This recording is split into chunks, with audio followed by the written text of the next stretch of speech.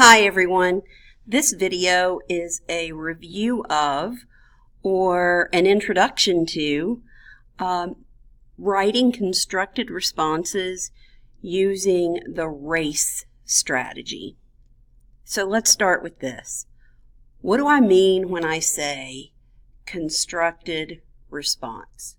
What am I talking about? Well, constructed responses have lots of other names, short essays, text-based responses. Just depends on where you are, whose class you're in. But a constructed response is generally a type of short essay that demonstrates knowledge and reasoning. The answer must be provided using information that can be found in a text. So if you're writing a constructed response, you probably have a text to read and you are responding to a prompt, a question about that text. And then your job is not to demonstrate your opinion.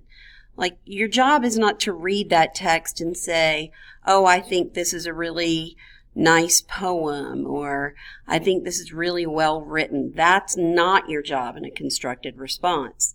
Your job is to show how you are able to extract information. Like, maybe you're going to be answering a question about theme or central idea or figurative language, and your job is to come up with a conclusion and then use information from the text to support your answer. This particular definition says that it's about showing how you are able to extract information and use this as the basis for forming a complete answer. So a constructed response is asking you to do analysis, to look at a text and analyze it in some way. Constructed responses are generally a paragraph or two long. If it's just a paragraph, though, it should be a really well-developed one. We're not talking about 2 or 3 sentences. You're going to need a lot more than that. If you have to have a length, I would say 7 or 8 sentences, and remember that's going to include quotations from your text. But really, there's not really one length for a constructed response. It just needs to be thoroughly developed. Thoroughly developed. It needs to thoroughly answer the question that you're supposed to answer. And a constructed response contains text support in the form of details and quotations. I got to tell you, quotations are really best. Okay, so now that we understand what a constructed response is, let's take a look at what the RACE strategy is. I really want you to understand, first of all, that this RACE strategy, this is not something you would hear about in a college. This is not something well known among academic writers all over the world. A lot of people know about the RACE response, and a lot of teachers use this. But RACE is just an acronym. You know, an acronym is when we take letters of words, the first letters of words, and we form another word. It's a memory trick. And this particular acronym is about remembering the essential parts of a constructed response. So somewhere, some teacher at some point came up with this idea of RACE in order to condense and explain the essential elements in a constructed response or a text-based response. Same thing. All right, so RACE is this: restate the prompt, A, answer the question, and these two things are generally together in one sentence. Generally, restating the prompt and answering the question are in the very first sentence together. So this isn't much. This is going to be about a sentence. These two things, citing textual evidence and then explaining how the evidence supports your answer, this is what's going to make up the majority of the paragraph. And you're going to do these two steps several times, not just once. You're going to do these steps several times. So really, you could say that RACE looks like this. R, A, C, E, C, E, C, E. That's really kind of what it looks like, because you're not just citing one piece of evidence and then explaining that one piece of evidence. You're going to do that several times. So you're going to, let's go back up here, you're going to restate the prompt and answer the question, probably in the very first sentence of your response.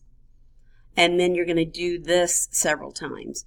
You're going to cite a piece of textual evidence and then explain how that evidence supports your answer. And then cite another piece of textual evidence and then explain how that evidence supports your answer. So that's what the RACE strategy is. All right, so let's look at a sample prompt. I've got a little poem up here that we're going to look at in a second. And let's imagine that we're going to write a constructed response on this prompt. By the way, the word prompt, think of it this way. This is a question that is prompting you to write something. Okay, so a prompt is something that tells you what you're writing about. So in this case, our prompt is, what is the overall message in Robert Frost's poem, Nothing Gold Can Stay? We need to close our quotation marks there. Quotation marks are used around titles of short works like poems. All right, so let's go back up to the poem. The question is, what is the overall message in Robert Frost's poem, Nothing Gold Can Stay? So here's what I want you to do right now. Hit pause on the video and then read this poem a couple of times and see what you can come up with as far as an answer to what is the overall message. Go ahead and hit pause and read. Okay, so hopefully at this point you've read the question a couple of times, the poem a couple of times, and you've got maybe the beginning of an answer. So we're going to start with our race. So here we have a poem. Nature's first green is gold, her hardest hue to hold. Her early leaf's a flower, but only so an hour, only so an hour. That's a short amount of time. Then leaf subsides to leaf, so Eden sank to grief, so dawn goes down to day. Nothing gold can stay. Okay, nature's first green is gold. I know just from seeing a plant grow that before something becomes green, it's often a yellower color or a gold color. And then I see this line, but only so an hour, referring to a short amount of time. So that gold part, it doesn't last very long. And then leaf subsides to leaf. So in other words, maybe the greener leaves replace the yellower ones. And then Eden sank to grief. That's a reference to the Garden of Eden, meaning it ended. Eden was supposedly a perfect world, but it ended. It went to grief. And dawn goes down today. So the beautiful colors of dawn don't last long. They turn into daytime. And then it repeats that idea, nothing gold can stay. So here's my general interpretation of this poem. This poem is about how the very beginning, beautiful part of something can't last forever. Anything that is fresh and new is going to be affected by time, and it becomes less perfect as time goes on. It makes me think of old age. It makes me think of summer turning into fall. It makes me think of things dying away. All right, so I'm going to go back to my race strategy. Remember, R-A-C-E-C-E-C-E. I'm going to do the CE part several times. But first, I need to restate the prompt, and I need to answer the question. Now, I'm not going to restate the prompt word for word. That would be ridiculous. It's a question. So I'm going to take key parts of that prompt, I'm going to restate it, and I'm going to answer the question that's being asked. So the question is, what is the overall message? Those are some key words in that question, overall message, and then I want to make sure that I talk about what I'm reading, Robert Frost's poem, Nothing Gold Can Stay. And wow, my R part is actually really simple here. I take that central idea of the question, the overall message. This is where I'm doing the R, restating the prompt. The overall message in, now I'm going to use this part, and there's no excuse for misspelling an author's name when it's right in front of me. The overall message in Robert Frost's poem, Nothing Gold Can Stay. And here's my answer, my interpretation, my analysis of Robert Frost's overall message is that nothing new and beautiful can last forever. Nothing gold can stay.